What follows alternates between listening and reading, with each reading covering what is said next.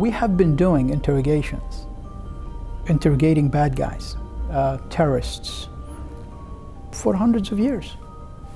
Our strategy needs to be totally in sync with our laws.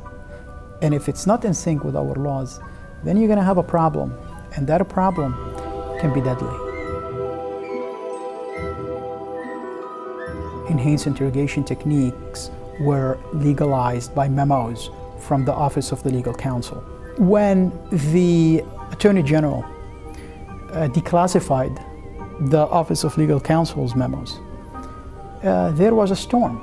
There were many articles, many politicians, many media outlets going out and basically saying, look, yeah, there was something that was done, enhanced interrogation techniques, but without the enhanced interrogation techniques, we will never know KSM was a mastermind of 9/11. We'll never get F.B.I, the so-called dirty bomber. We won't know the location of Ramzi bin Shib. That was all not true. And I was involved with many other CIA officers and another F.B.I agent in getting this information, and we got it way before enhanced interrogation techniques were even authorized. The editorial came out to put the truth out and to end 7 years of silence regarding the claimed efficacy of EITs.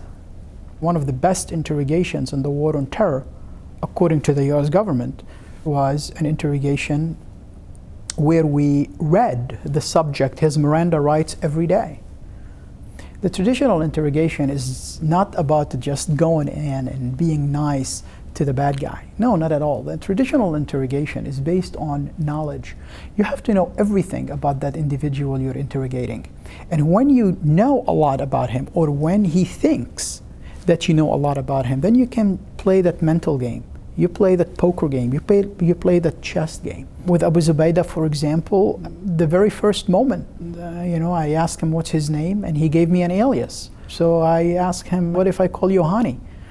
And that actually shook him to the core, because Hani was a name that his mother called him as a child. So he knew that I know everything about him.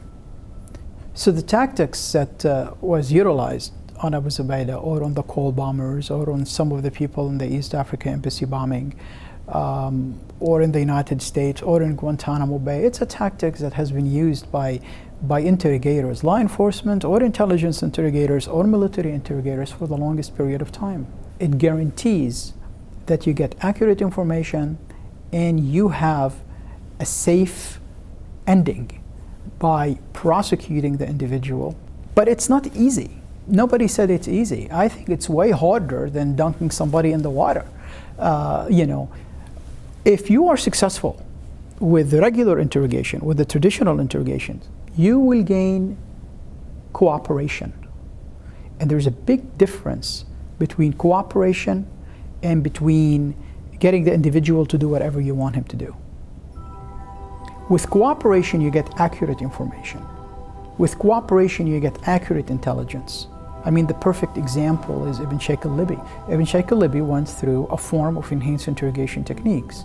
At the end, he gave information regarding the relationship between Iraq and Al-Qaeda and the development of WMD by Saddam Hussein's regime.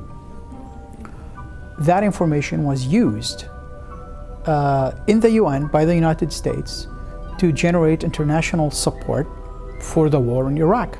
When we went to Iraq, we found out first that there's no connection between Iraq and between Al-Qaeda, and second, there's no WMDs. They went back to Ibn Sheikh and they asked him, why did you provide this information? Why did you lie? And he said, well, that's what you wanted to hear.